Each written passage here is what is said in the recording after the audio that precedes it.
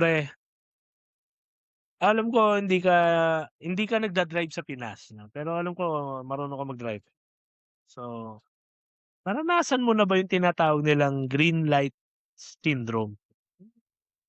Yung, Green light. actually ano 'to, reference ito, isang episode ito sa Breaking Bad, yung kay Walter White 'no, yung, kay Bryan Cranston. Ang sabi niya dun, meron siyang phenomenon na na-experience na while driving papunta dun sa destination niya, lahat ng kalsada automatically nagiging green light. Like hindi siya yung parang magic-magic, parang sa pagkakataon, sa pinagpalang pagkakataon, kada dadaan siya green light. Then yung akala niyang stop, pagdating niya dun sa saktong dulo nung kalsadang yun, green light hanggang makarating siya sa and, using that reference, minsan ba hindi mo namamalayan, di mo kasi mapapansin trivia lang yan, eh, tapos nasa daan ka, di ba? Or some similar na experience wherein parang everything seems until napansin mo at the end of the day, everything seems to have worked for your good without you even recognizing it at the moment. Pero everything turns green light. It was just a simply, small pieces of experience pero you can say, "Ah, this is a nice day. This is a good day." Totoo, yung mga ganyang experience, oo tama, may nage-gets ko yan, eh, yung sakto ang puro green 'di ba, parang those are the simple small things 'no, na di natin napapansin o dahil sa sobrang bilis ng buhay natin, ng mga nangyayari, hindi natin pinapansin 'no, consciously. But if you really just stop, it gives joy, eh. Eh, simple happiness dun sa mga mga bagay na yun, eh. Sige, yan pag-usapan natin ngayon pre, mga small happy little things 'no, mga simple joys in life. Yan, sige. So, pagkuwentuhan natin 'yan. Ito si Russell Ito naman si Lennon, at ito ang Tamang Usapan. usapang may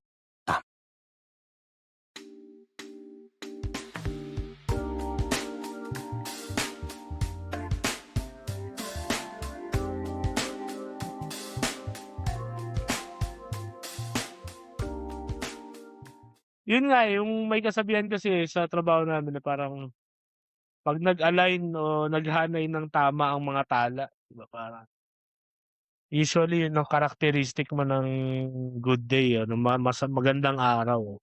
Hindi naman siya fatalism, pero regardless if main effort ka o hindi, pero everything is in order.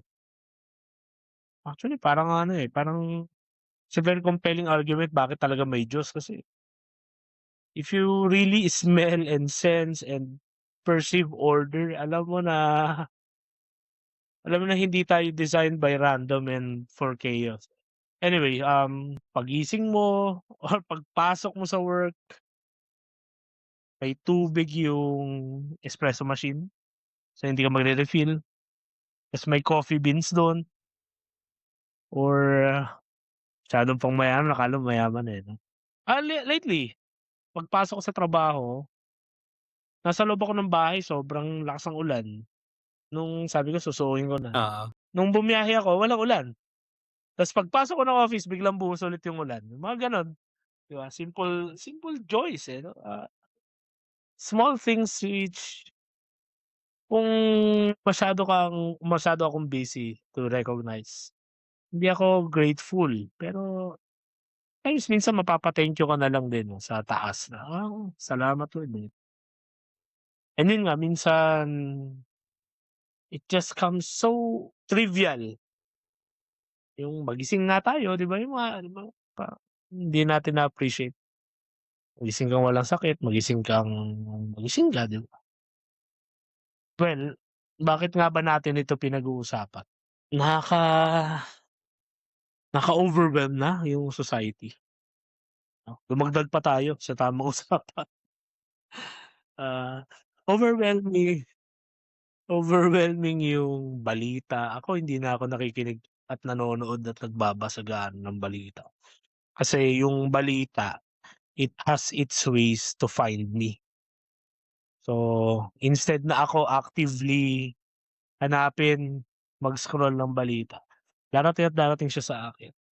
Pinag-a-unfollow ko nga lahat ng news outlets, lahat na influencers na may political, inclinations, lahat, lahat talaga. And yet still dahil nga may mga friends pa ikaw sa social media and all, news has its way of getting into you. So, and at times, 'di ba, it's a battle. Napagkuwentuhan natin 'to some other episodes, no? It's a battle of agenda, it's a battle of prism, 'no, and, hindi na nakakatuwa, nakaka-stress na siya. So, tapos even yung mga supposedly dati naalala ko nung bata-bata tayo, yung mga balita, yung mga major news outlets, sa kada balita nila meron silang dine-dedicate na segment for life moments or something to uplift us like, taxi driver nakapulot ng hundreds of thousands of cash and binalik sa may-ari, yung mga gano'n then may nanalo tayong atleta. Ngayon, ultimo atleta binibigyan na ng kulay, binibigyan ng political, it's just exhausting and it makes you reflect nga ito, small things and why is it necessary to be grateful even of small things. Pero bago yon, since dun naman ang tumbok natin, ikaw ba, padre, before and after being a priest, una, what gives you simple joys? And number two, as a priest, no, how do you recognize? How are you sensitive with the sources of simple joys in your life? No? For us to have a perspective na okay, mahalaga palang maging thankful always. Yan, yan. Siguro yung sa number one 'no, maraming bagay, eh. Kasi nga simple things, eh, and life is full of simple things 'no. Problem is that dahil simple sila, they are daily, karamihan sa daily occurrence, so hindi natin napapansin 'no. So gano'n din naman ako sa buhay ko, maraming hindi ko napapansin, maraming hindi ko pinapansin. Pero lately, I've been seeing more of these simple things 'no. Maybe it's because of age, of my consecration as a priest 'no, yung grasya ba. Maybe dahil lang mas sensitive na ako, we don't know. Pero recently dahil nga marami sila, I'll just point out recently dalawang bagay na I think those are simple things but it really gave me joy. Joy talaga siya, eh. The first one was the other day, I I was here just ano, lounging diyan sa kama 'no. So, ang tendency mo 'pag wala kang ginagawa ay mag-scroll 'no, social media. And that's the problem. Darating yung mga balita, mase-stress ka, magagalit ka. Kasi nga, totoo yung ano mo pa, eh. Kaya rin ako personally, hindi na rin ako ano, sabi ko nga before tayo mag-record, ngayon ko lang nalaman na magkakaroon pala ng eclipse dito sa amin dito sa Madrid nitong darating na August 12 kasi August 9 namin ni-record dito, eh. So sabi ko, kasi hindi na ako nagbabasa masyado. May nakikita pa rin akong mga balita. 'Pag interesting binabasa ko pa rin. Pero hindi na masyado kasi na-stress ako. Yun yung tendency mo 'no, or let us be honest, sa lahat naman ito, puwedeng yung mga temptations o kung anumang mga kasalanan ng ano, ang ihain sa'yo ng algorithm 'no. But on that fateful morning, tinignan ko sabi, "Ano kayang gagawin ko ngayong araw na 'to? Lalabas ba ako, mamamasyal ba ako, maglalakad ako, dito lang ako, kikilata lang ako." Tapos napatingin ako dito sa desk ko, ta's nasu-suffocate ako. Kasi ang dami kong gamit, ang sikip ng kwarto ko, ang dami kong kalat.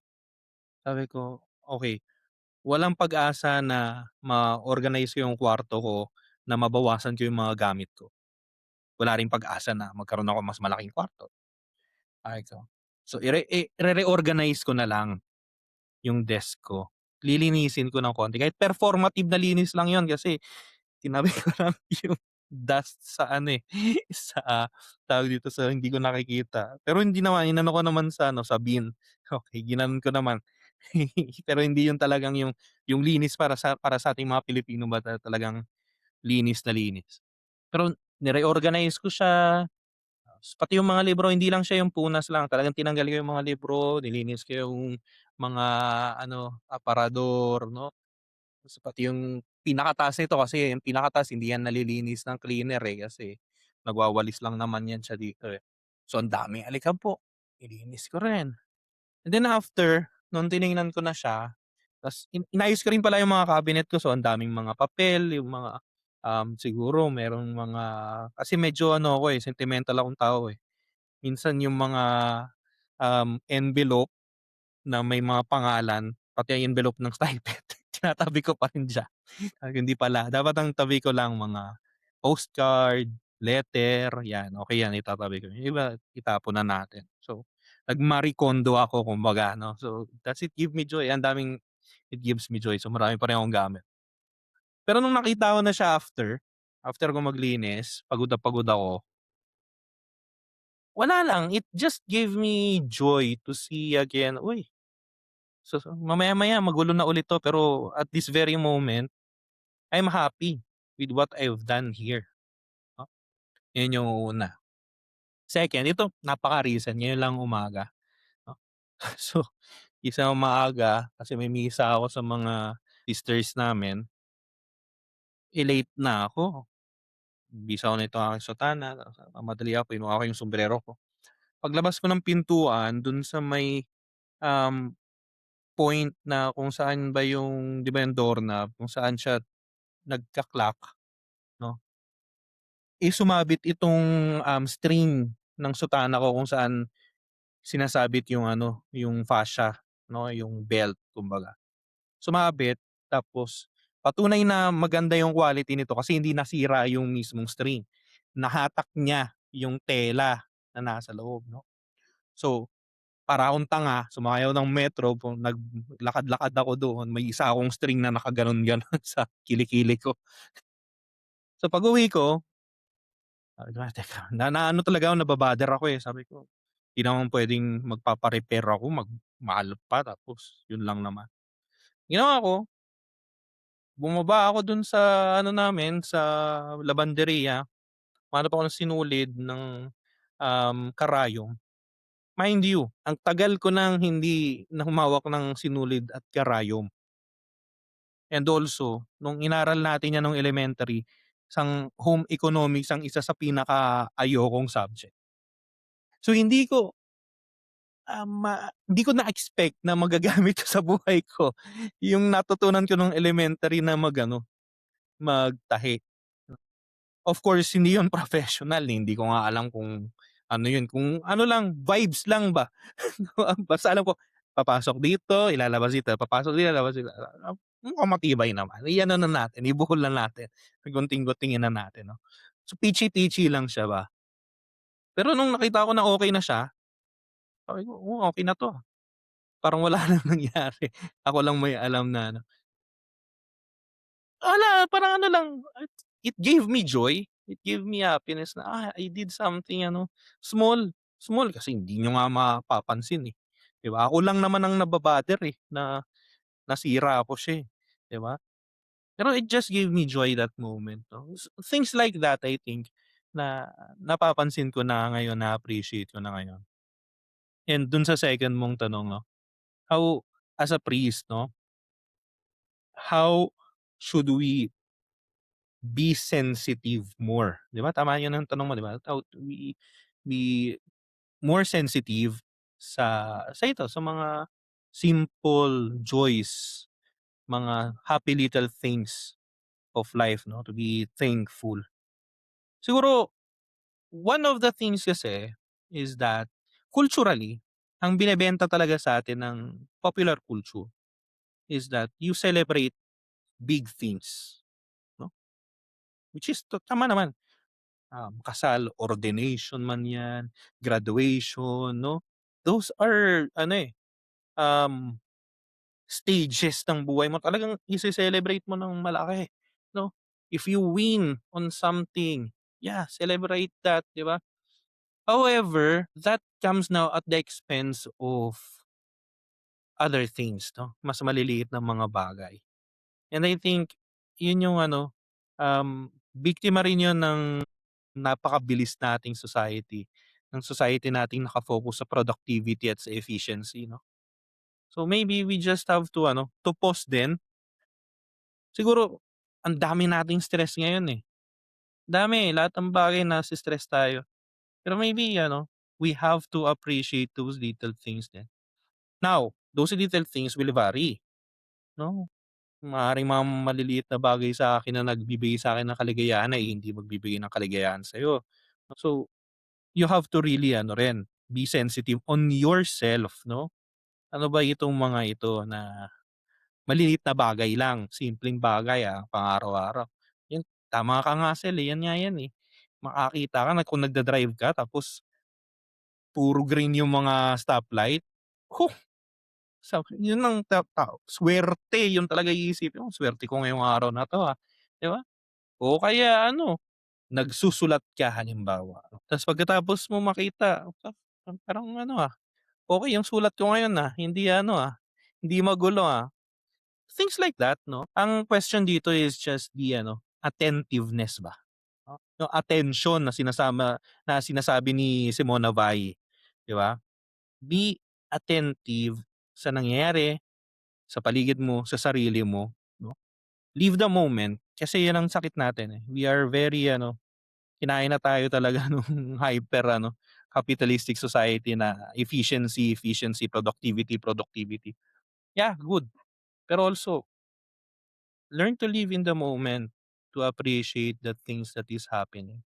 Kasi maraming ano, maraming maliliit na bagay na ano, na puwedeng magpasaya sa'yo, 'no, amidst all of this chaos na nararanasan natin sa mundo. I think sa psychology din, I mean, ibig sabihin other sciences would also agree. Gratitude, 'no, thankfulness is truly beneficial sa tao. Madali kasi yun yung live in the moment tsaka be sensitive. Ang problem nga, most of us are very overly sensitive, to the point that all we can see or perceive quickly, at least, 'no, are negativities, 'no. Halimbawa, proofreader ka, siyempre hindi ka nandun para maghanap ng tama, ang hahanapin mo ay mali. The problem is we apply proofreading to almost everything in life. We question intentions of people, we question decisions of higher us, we question everything, we take malice minsan sa buhay ng ibang tao, ganito yan. Even yung mga walang pakialam sa'tin, eto, I'm saying this with love para dun sa ating mga nakikinig. Imagine makikipag-away ka sa family mo, sa mga friends mo over politics, over people na hindi ka kilala. Then ipagtatanggol mo, corrupt siya, hindi siya corrupt. Savior siya ng Pilipinas, hindi siya savior. And yung mga actual mong kakilala, 'di ba? You take offense in what they say, then you also, offer offense against them. Ngayon sira-sira kayo dahil sa politics. And sino nagbe-benefit dun, 'di ba? So, just a simple example. Kaya ko natanong yun, how to become sensitive with things that causes us cause us genuine happiness, or kahit hindi naman natin masabing happiness, it gives us peace, it gives us hope, gives us inspiration. Kasi I think, we need a lot of those things sa buhay natin ngayon. Especially ngayon, very depressing. Halos lahat magkakaaway. So, kapag hindi ka pabor sa isang ganito, very much likely ayaw na sa'yo ng iba. We are very divided. How to be sensitive without questioning intentions. Tumanggap ako ng ano, may gano'n kasi 'no, para idugtong ko dun sa'king pinupunto. Sabi nung iba, I think these are very much like Americans 'no, kasi medyo pragmatic yung if you want to be happy, allow others to make you happy. Kasi 'di ba tayo minsan, especially tayo mga independent thinking, mga 'di sanay humingi ng tulong sa iba. Our idea of happiness is when we help others, 'di ba? The thing is, others also think the same way. So, hindi puwedeng tayo lang nag-iisip na we help them. We allow ourselves to be helped, so we become happy by making others happy because they help us. Gano'n yung parang ano, yun yung parang social contract dun. Halimbawa, meron akong katrabaho sa office na, ah, the person loves sharing food, everything, the best of food. Hindi nagpapasaya sa kanya dahil yun ang natutunan niya sa parents niya. Halimbawa, o ako halimbawa hindi ako sanay na binibigyan, sanay ako na ako nagbibigay. At some point magiging happy ka din, eh, kasi you know that someone is happy doing the things, gusto nilang gawin. A lot of times 'no, nagbo-boil down siya sa tama ka pre, yung attentiveness. It's not actually attentiveness sa sarili mo lang feelings, but rather hindi naman din yung babantayan mo yung feelings ng iba, but rather at that very moment kapag klaro sa'yo ang lahat, klaro, aware ka, nakikita mo yung mga tao, and you'll know exactly what to do. Parang yung critic of pure reason ni Kant, 'di ba, parang you'll just act on it na okey parang don't have to don't have to ruminate and to think exhaustively na how to be happy. At times you just have to decide. Lately yun din ang aking ano, naging realization. Happiness doesn't come from yun nga, yung idea natin na dapat ang happiness ay piyesta, kasal, isang bonggang selebrasyon, graduation, cum laude ka, tumanggap ka ng award. Yeah, yeah, sure, happiness yun. Pero nagsaing kang hindi natutong, na perfect na yung saing, 'di ba? Natuwa yung rektor mo dun sa ulam na niluto mo. Tapos namalengke kayo, hindi kayo nabasa ng ano, mga gano'n. Gano'n din, if you can apply it to our daily lives, wala kang barya pero sakto may barya yung jeep na nasakyan mo. Ano, wala kang payong pero buti hindi umulan nung bumiyahe ka. Kung umulan man may nagpahiram sa'yo ng payong. Gratitude is what sets us different from animals. Actually nga mas sensitive pa nga minsan yung mga hayop. Pero what really sets Christians apart is gratitude, to be thankful. And to know that it's a gift from God 'no, kasi yun nga, yun talaga magse-set sa'tin different. Kasi if we are talking about simple joys, we're also talking about simple pains. The moment na hindi rin natin i-exaggerate yung struggle, yung pain, and we still find the courage to thank God na, "Okey, hindi ko 'to gusto 'tong pinagdadaanan ko pero salamat Lord, It's really something. It gives us still inner joy, inner peace. Ba't ba natin 'to pinag-uusapan? Na parang naging emotional tuloy ako.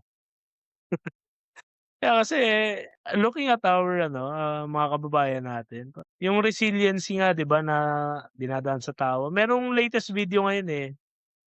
Latest ba yun? Di ko alam kung ano, kung latest ngayon 2026. Binibidyohan niya yung bubong niya na lumipad, eh, ta's grabe yung halakhak nung ale 'no, sobrang tawa siya ng tawa.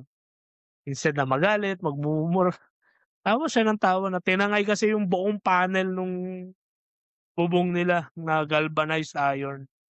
Eh, 'di ba yung mga gano'ng bagay.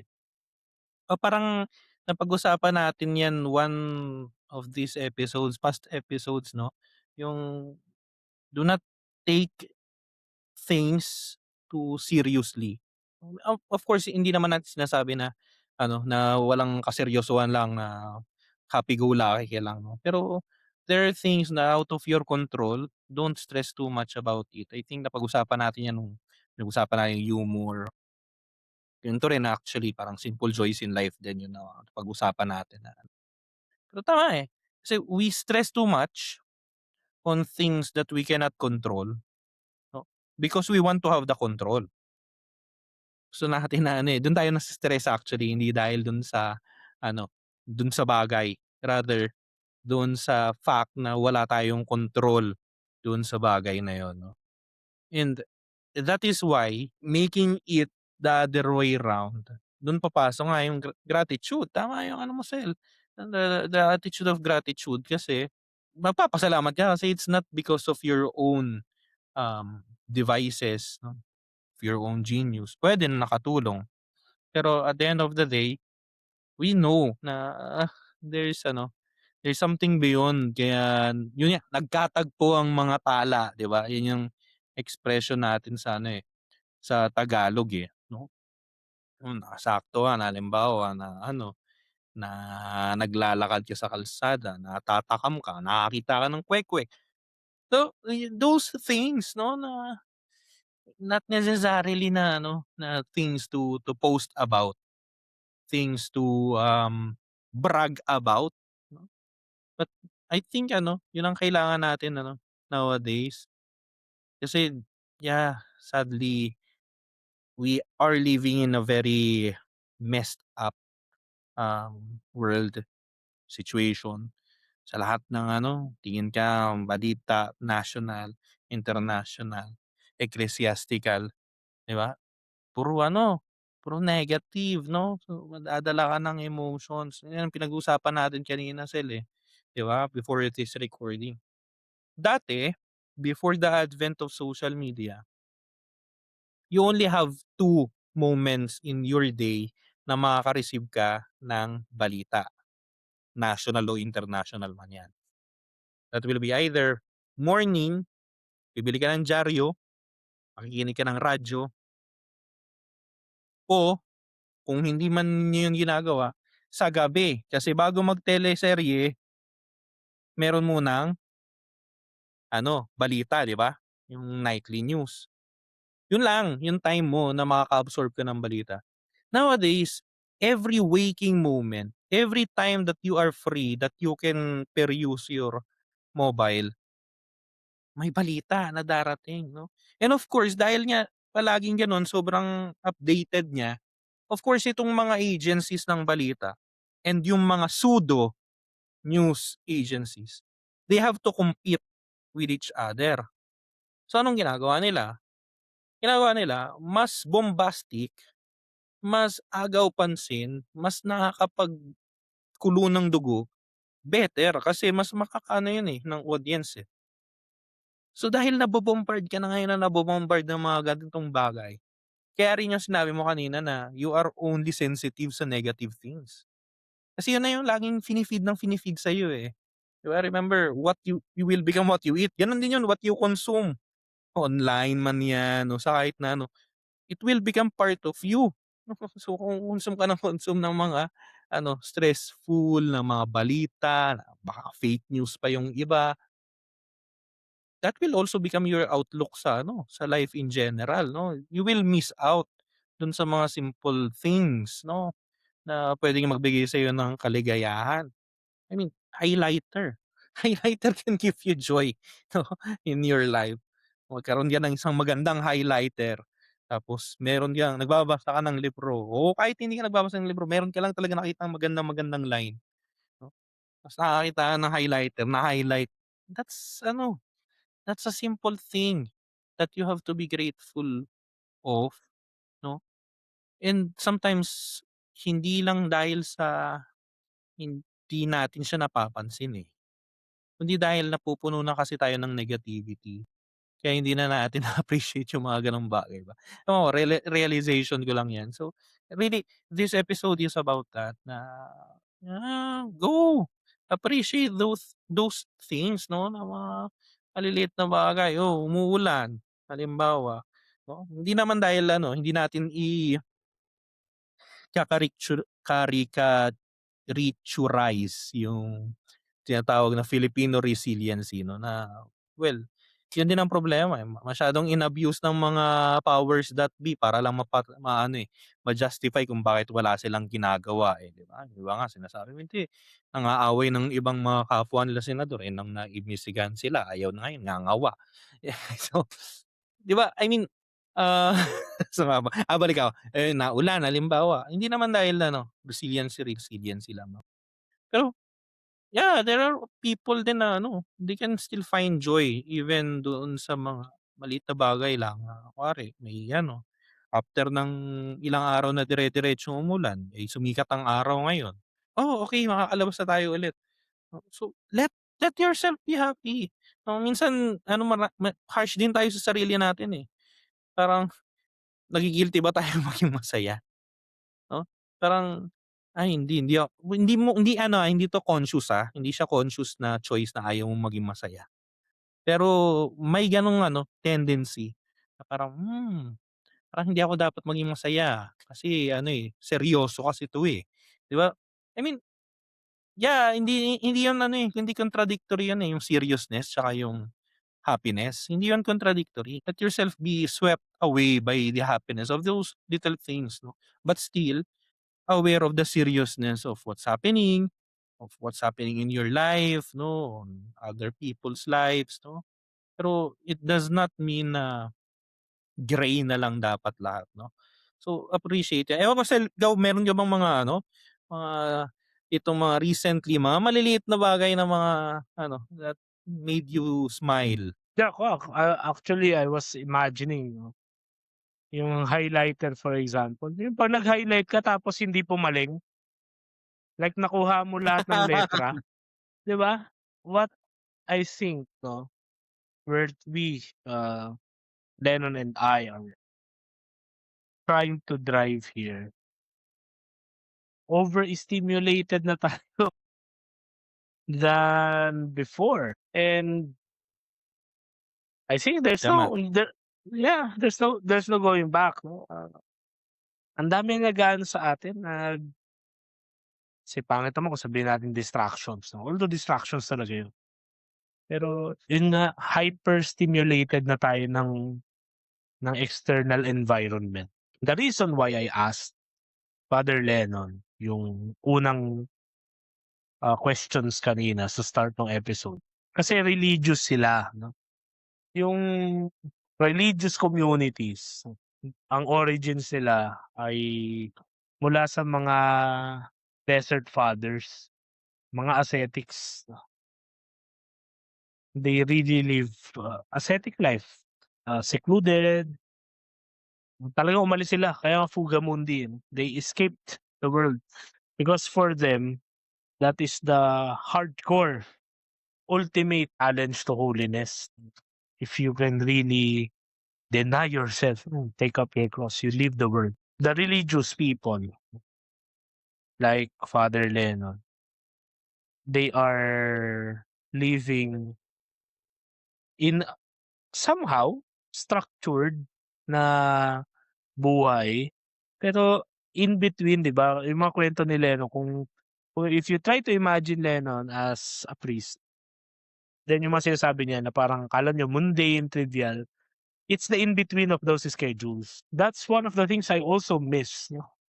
I don't miss the people in the seminary, definitely I don't miss the the experiences. Pero what I genuinely miss is the schedule, the structure. You wake up, the first thing you do is to worship and praise God. Then you celebrate the sacrament of the Eucharist. It's the highest form of worship, 'di ba, thanksgiving. So set na yung araw mo. Lalo siguro, ewan ko, lalo siguro kung hindi Novus Ordo na hindi nag-e-entertain o hindi namemersonal yung presider dahil ano, hindi naghahanda ng homily dahil lasing kagabi o galing sa beer house, hindi ko alam. But the thing is, yun nga, set yung araw mo. Then after that, 'di ba, you have work, kasi pare na si Lennon, eh. So work, then lunch break, then nap, then afternoon prayers, then you work again, then you deliberately stop for prayer to praise God for another day dahil evening na, eh. Then a period of study or recreation in between after dinner and night prayer. You entrust yourself to God as you sleep. Ang tinutumbo ko dito yung sensitivity to the simple things. It also comes with structure and order. Kaya nga sabi ko kanina, 'di ba, it's God's gift to us, the gift of order. So if you feel na disorganized and magulo, disordered yung buhay mo, welcome to the club, and magkakasundo tayo diyan. Actually, yan ang isa sa endeavors namin ni Lennon, to gather people who are yearning for that kind of order, to live out the fullness of their vocation regardless kung anong state, and to share experiences to help each other grow in holiness din. Ayun, yun yung fuse dapat din, eh. Wala pa, hindi pa nagma-materialize. Pero gano'n yung vision nun. Meron sa Facebook yung Monk Mindset, that's the name of the fan page.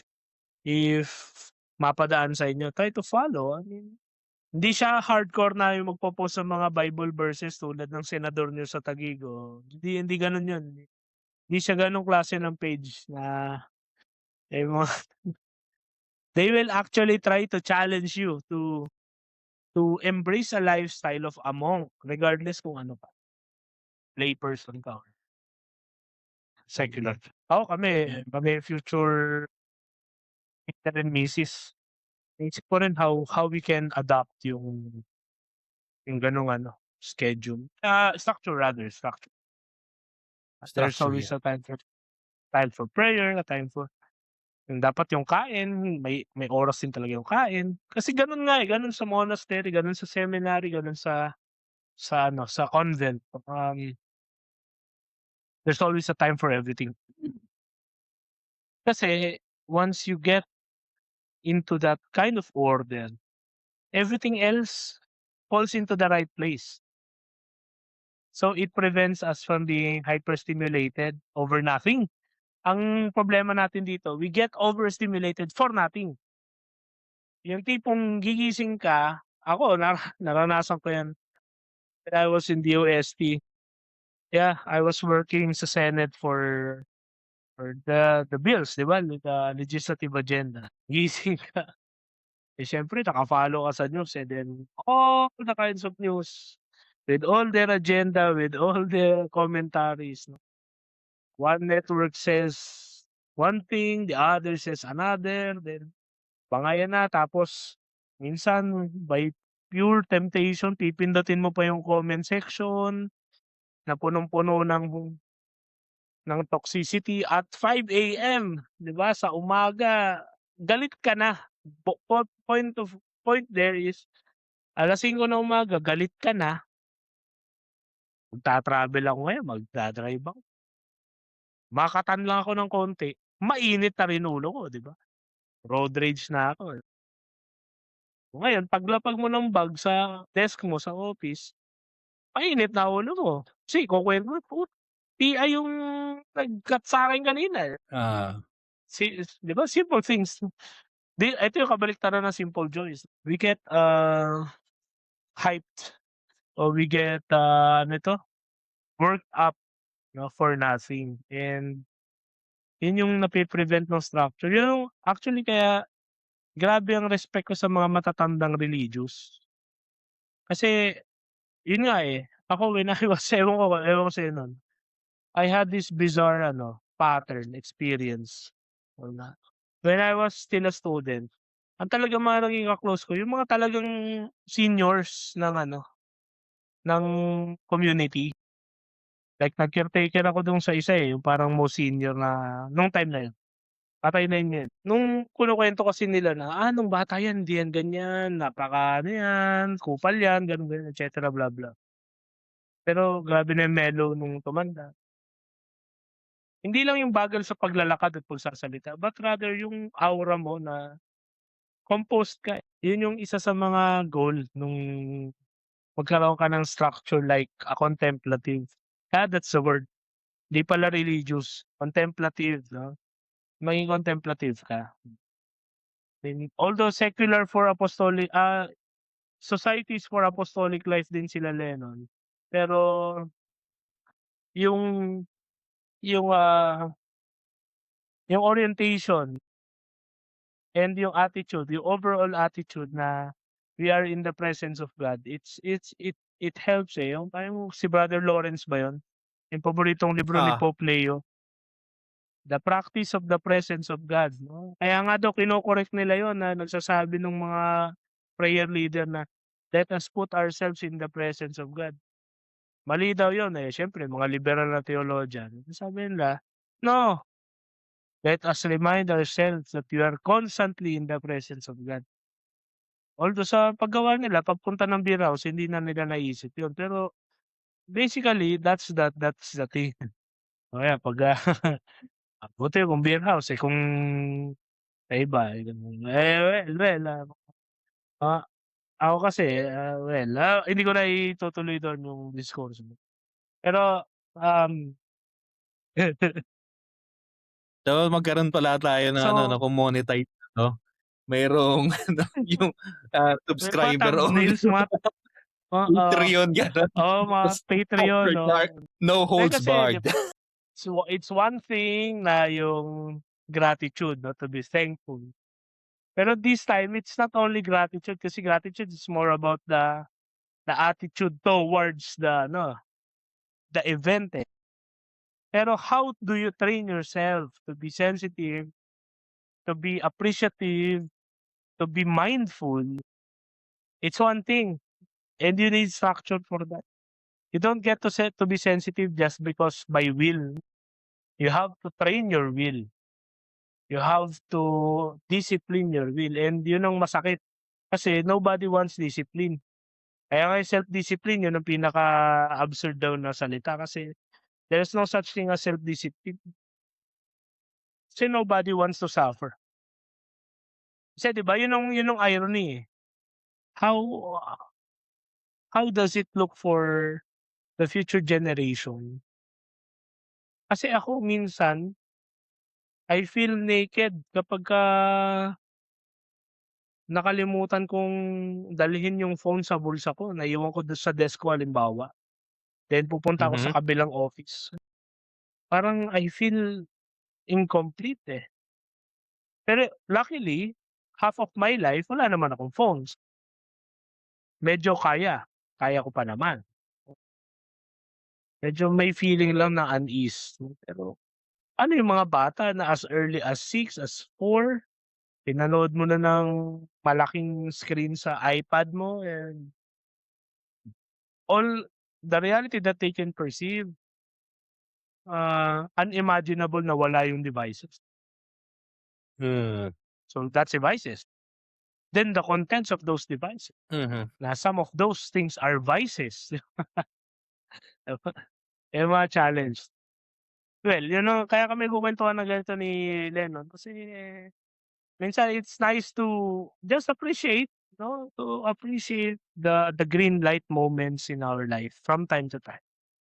Especially kapagka lumalagpas sa atin gawa ng kabisihan, gawa ng grief, gawa ng yung mga silent na depressions din natin na we are dahil nga overstimulated ka, then overwhelmed ka ng external environment. Yung hindi ka binibigyan ng buwelo to grieve, to react, to reflect, to feel, kailangan mong magpatuloy. I experienced that one thing, one time ito ang aking best ano pala, allow me to really acknowledge this person in my life. Merong isang senior, matandang empleyado sa amin, na hindi ko siya katrabaho, magkaiba kami ng office. But it so happen na we share a common hallway o a common area, 'no. So retired na siya ngayon kaya alam ko hindi niya rin mapapakinggan 'to. Pero this is this is one of the best things that happened to me lately. So I was so overwhelmed sa work, like to the point of breaking down. Grabe, umaga pa lang, eh, tapos may pasok pa yata ng weekends nun na almost forgot. So, lack of sleep, lack of proper meals, lack of motivation kasi overwhelmed na, eh. So, ta's nung nakakarinig na ako ng medyo maingay na ako, I don't work well sa ingay, eh, sa tahimik din na madaldal ako pero 'pag trabaho, trabaho. So, lumabas ako, nagkape ako sa labas. Mag-isa lang, sa hallway, walang tao. Pumasok si Tita Edna, pumasok si Tita Edna. Sabi niya, "Sir," ta's niyakap niya ako. Sabi niya gano'n, "Oh, tita anong ginagawa mo? Papayakin mo naman ako, eh, nagtatrabaho." Feeling ko kailangan mo lang, eh." So, umalis na siya. Mga gano'n, 'di ba, yung mga simple joys na, feeling ko kasi kailangan mo, eh, nakikita ko kailangan mo. Very motherly, 'no? Ayun, yun, that made my day. It kept me inspired and motivated throughout the day. I was thankful of those small things. Minsan minsan hindi mo hinihingi, yun ang characteristic ng simple joys, eh. Madalas hindi mo hinihingi, binibigay sa'yo. Hiningi mo, binigay sa'yo, iba hiningi mo, mas maganda yung natanggap mo or wala kang hinihingi tapos nangyari sa'yo. Mga ano, yung, mga blessing. It's really a challenge the way I see it. It's really a challenge to stay focused on what matters most. What matters most, naalala ko na si What Matters Most. Ano yung mga importanteng bagay, meron kasing pari na ano, may pari diyan sa Lower Bikutan, hindi naghahanda ng homily. So, 3 linggo magkakaiba ang gospel, ang homily niya kakantahin niya lagi yung kantang What Matters Most, eh, hindi naman namin alam yung What Matters Most na yan. Naalala ko tuloy ngayon. Ngayon, eh, ewan ko sana wala na siya dun, pero mukhang wala naman na. Pero ayun yung mga gano'n, At least nagkaroon siya ng ewan ko lasting ba nun. effects. Oo, nagkaroon tuloy siya ng ano, ng moral lesson sa buhay. What matters most, kaya kinakanta niya lagi, grabe talaga po. Yeah, Ano go. siguro, ang comment ko lang or ko-correct lang kita dun sa sinabi mo kanina, Sel, yung sabi mo na, um, Yes, please. nobody wants discipline. Actually, everybody wants discipline.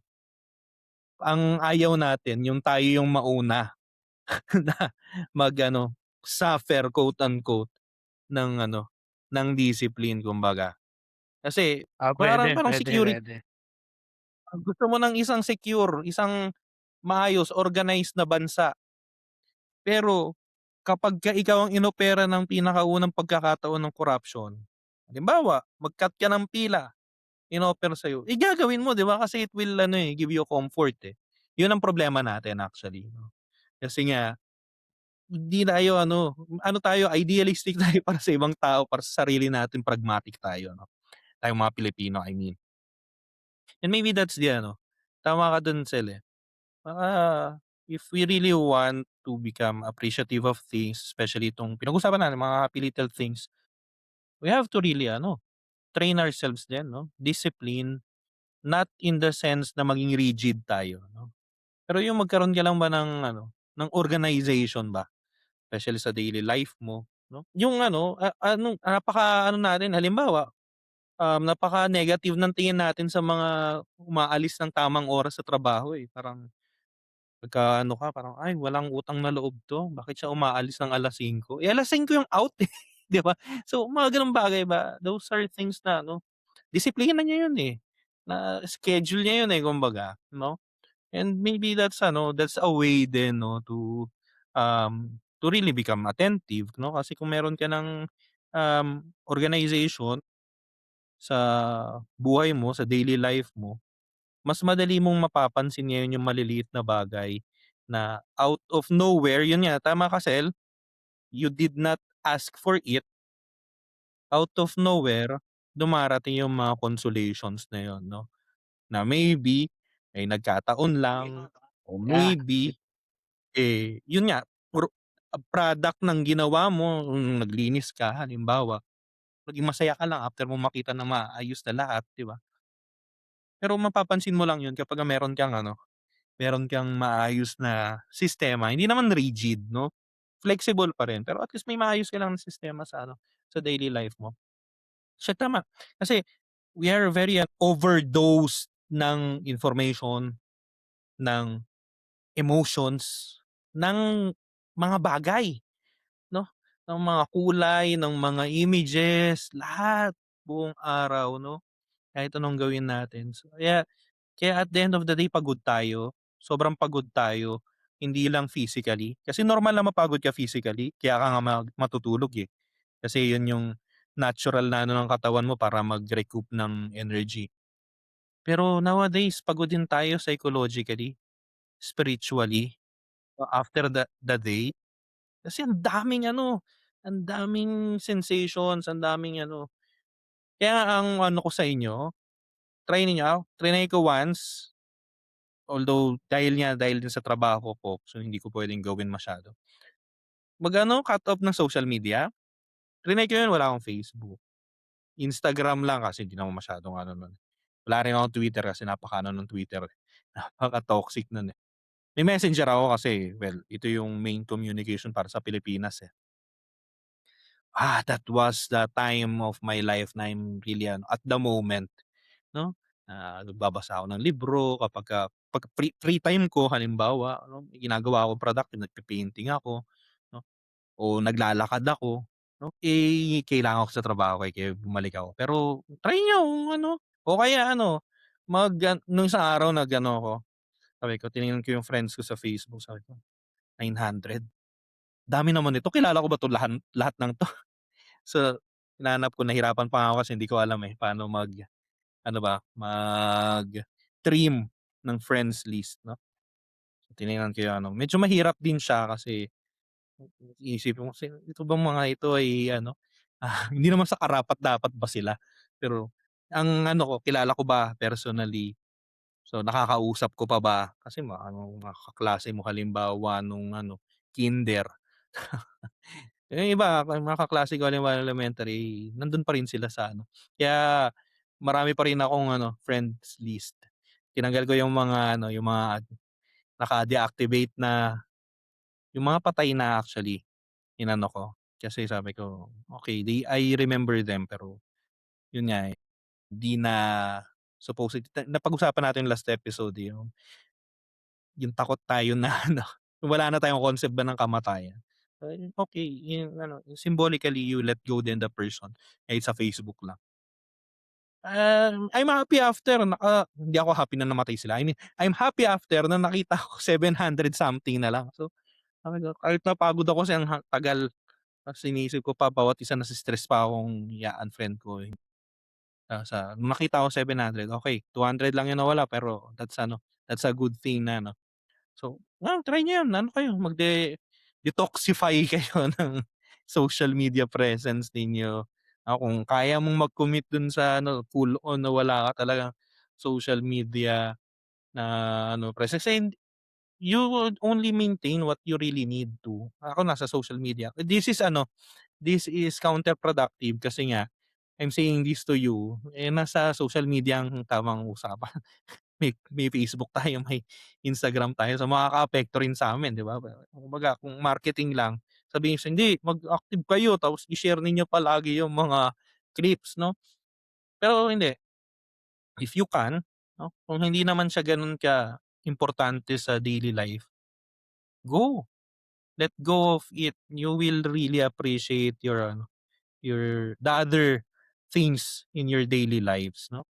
Actually nabanggit mo nga kanina sila sa mga bata. Ako talaga, ito personal ko 'to na paniniwala. Of course kayo 'pag naging parents kayo, tapos yung mga parents niyo, how you, educate your children depends on you, okey? Kayo 'yan, kayo ang ano, eh, magulang, eh, 'di naman ako, eh. Pero ang akin talaga, may suggestion is that 'wag niyo muna silang bigyan ng ano, ng kahit na anong may screen na device 'no. Kasi sometimes or we, in that sense 'no, kasi as a society, binibigyan natin sila ng screen para lang makalaya tayo dun sa responsibility na entertain sila, 'di ba? So, "Oh, ayan, iPad, bahala ka na diyan sa buhay mo, manood ka ng YouTube," 'di ba? So, parang dine-delegate mo ngayon yung parenting dun sa YouTube 'no. I think that's ano, that's wrong at many levels 'no. Wrong kasi pinapabayaan mo yung parenting ng anak mo sa YouTube or sa kung ano mang app. Secondly, wrong kasi at a very young age magiging part na ng buhay nila yon. Tama si Russell, in a way masuwerte tayong mga millennials, eh. Kasi we have been born in that ano, eh, yung twilight zone ba na we are between the analog and the digital age 'no. So, we appreciate the good of both of them 'no. Hindi tayo dependent na tayo in that sense kasi nga tama kasi maiwan ko yung phone ko dito sa kwarto, paglabas ko parang ano na ako, eh, nase-stress na ako. Pero imagine yung mga bata na 3 years old pa lang nabuhay na silang may screen. Eh, hindi talaga sila, paano 'pag nasira yung phone nila iiyak ka na lang 'di ba? Ngayon halimbawa, driving, balik tayo sa ano, sa analogy ng driving. Yung mga kilala kong mga nagda-drive ano, kahit alam na nila yung daan, nagge-GPS pa rin sila, ano pa rin sila ng Waze o ng Google Maps 'no. So, parang naging part na ng ano nila and kaya ako hangang-hanga ako dun sa mga ano, yung mga taxi driver na matatanda. Yung sabihan mo lang yung ano, yung, ganito yung address, alam na nila. Kasi parang ano lang, hindi, buong buhay ako nag-aano, eh, nagda-drive, eh. Alam ko yung mga kalsada 'no. So, mga gano'ng bagay ba, may mga skills na ano, eh, na mawawala dahil sa masyado nating dependence din sa ano, eh, sa technology 'no, or sa mga modern ano ba, conveniences na maybe inconveniences us more than it conveniences us 'no. So, tongue twister 'yan 'no. So 'yun, if you can ano, para mabawasan, lang yung mga ano, yung mga, hyper na ano, exposure mo ba sa mga sensations 'no. Kasi ang pinakamalaking ano, hindi lang naman social media, pero 'yun ang pinakamalaking contributor ng ano, ng overexposure natin sa napakaraming bagay na if you look at it, unnecessary naman, eh. Kaya tama ka sila, eh, we stress about things that is for nothing. Ma-stress ka halimbawa dun sa isang politiko na nasa ibang bansa 'no, nasa ano, low countries. Eh, hindi ka nga kilala, 'di ba? Bakit ka mase-stress sa kanya at sa ano, sa mga anak niya, 'di ba? Okey, sige if you really believe na injustice yung nangyari sa kanya, okey that's it. Pero parang ma-stress ka makipag-away ka pa sa mga kaibigan mo, sa pamilya mo, I think that's the ano, that's the most foolish thing to do. Kung makipag-away ka para sa isang tao na hindi ka nga kilala 'no, na hindi wala ngang pakialam sa'yo yun, 'di ba? Tapos nase-stress ka sa kahit napakaliit na mga balita lang tungkol sa kanya 'no. So, yun lang ano, detoxify your ano, yourself 'no, your environment. Kasi I think yun ang kailangan natin ngayon, eh. We are living in a world na very ano, very stressed, very, kaya tignan mo, ako I'm not invalidating feelings sila, pero sometimes nowadays, we tend to confuse crisis and stress. Kasi tama ka, nabanggit mo yun kanina, hindi na tayo binibigyan ng mundo ng pagkakataon para huminga, mag-grieve, mag, um, mag-release ng tension ba, ng stress natin. Stress ka sa trabaho halimbawa, gago yung boss mo, okey? Tapos meron pa siyang katrabaho mo na kaibigan niya gago din, 'di ba?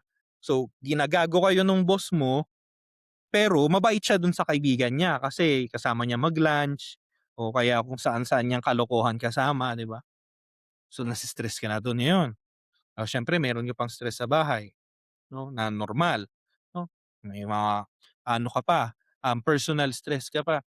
The problem is that dahil sobrang ano ng society na, ah, wag mong pansinin yang mga stress mo, mag-ano ka, kailangan mo productivity, productivity, efficiency, efficiency. Tapos dadagdagan pa ng social media, dun na nga lang sa mga libreng oras mo, eh. Dadagdagan pa makikita mo yung mga ano, o may ganitong obispo na naman sa US na nagbawal ng TLM, o may ganitong sinabi itong sedevacantis na ano, na tukline halimbawa, o kaya ano, ito yung sa ano, sa politika ngayon sa Pilipinas, eh, di stress ka na naman.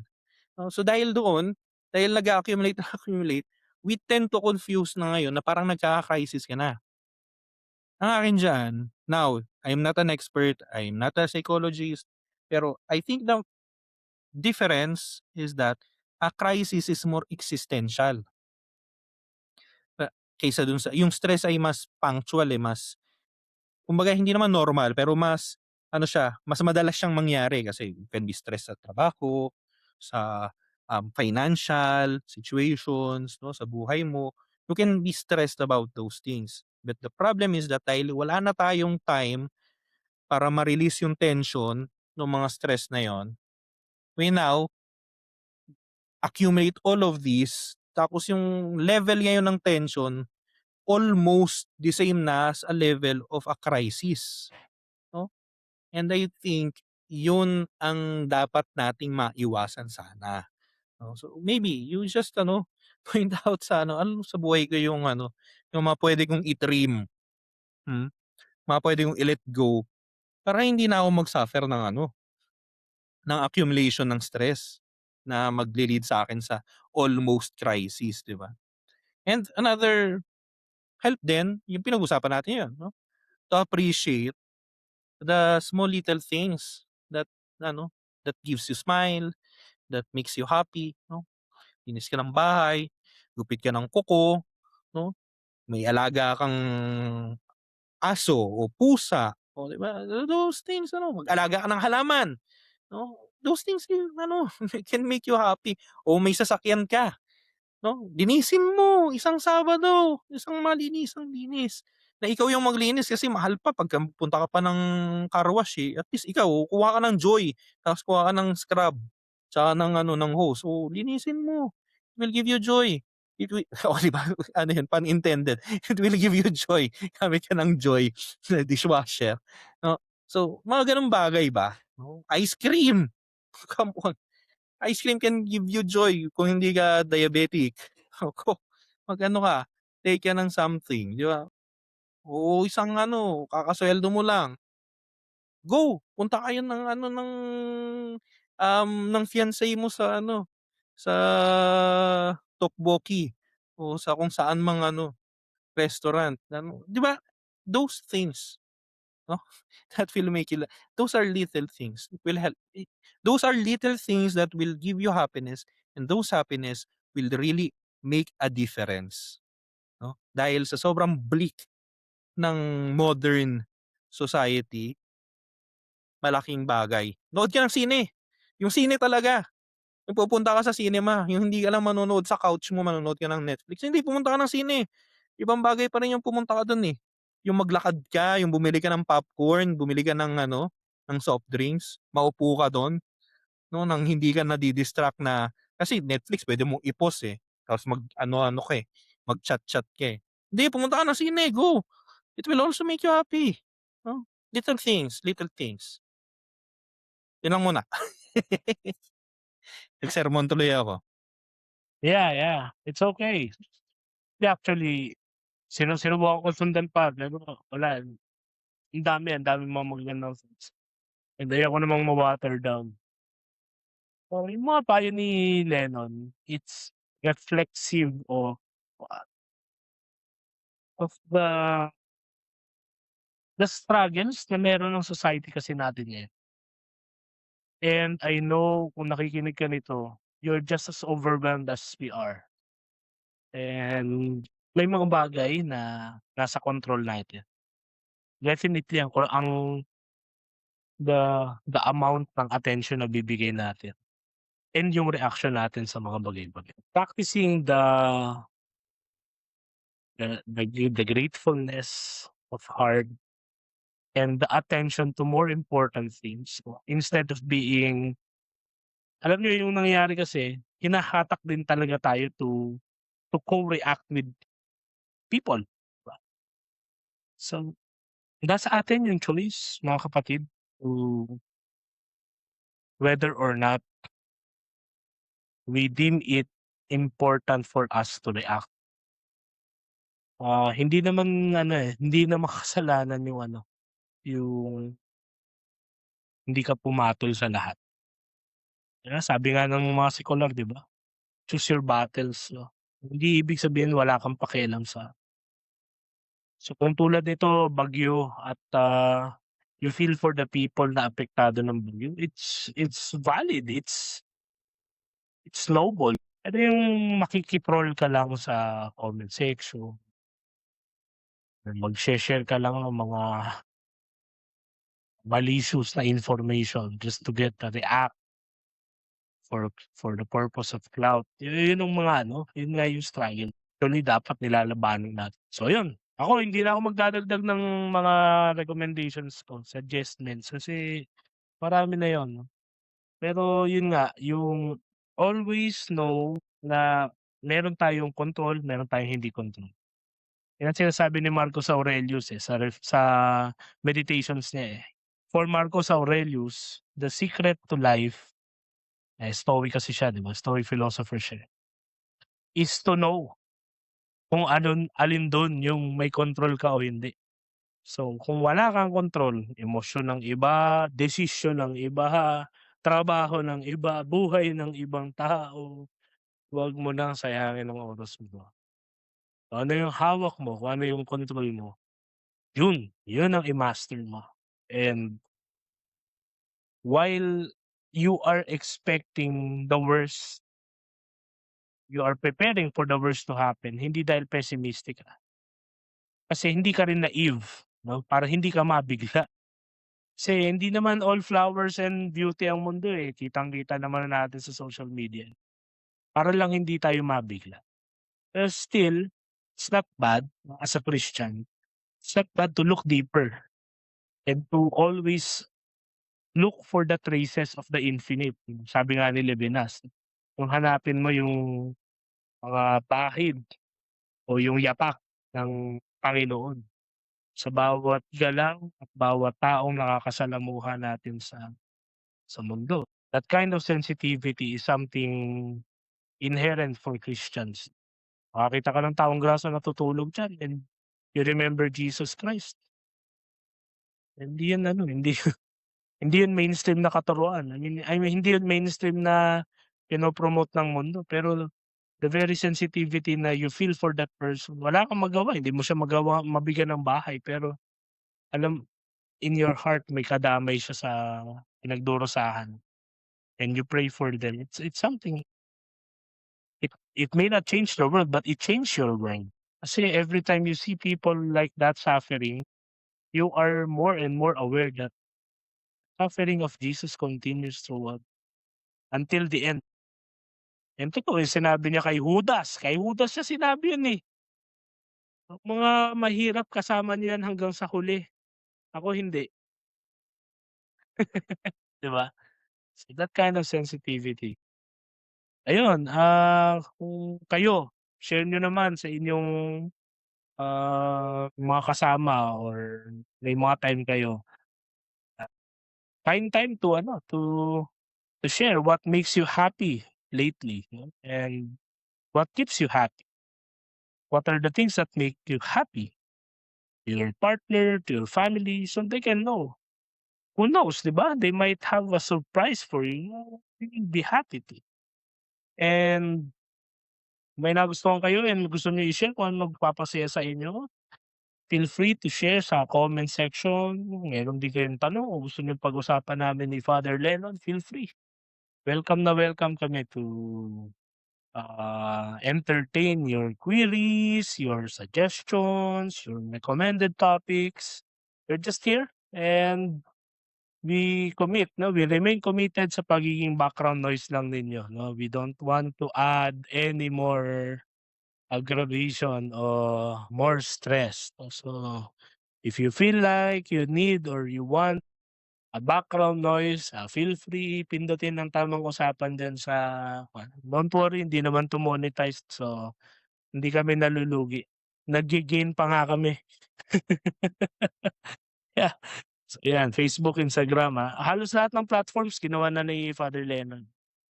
So ayun, and dalangin namin ni Lennon sa inyong lahat, mga kaibigan namin, mga nakikinig sa'min, na magkaroon kayo ng kapayapaan ng puso at magkaroon kayo ng moments, kahit maikli 'no, sa isang araw, to get to appreciate ang mga natatamasa, mga nararanasan niyo sa buhay, pagsubok man o tagumpay. Yeah.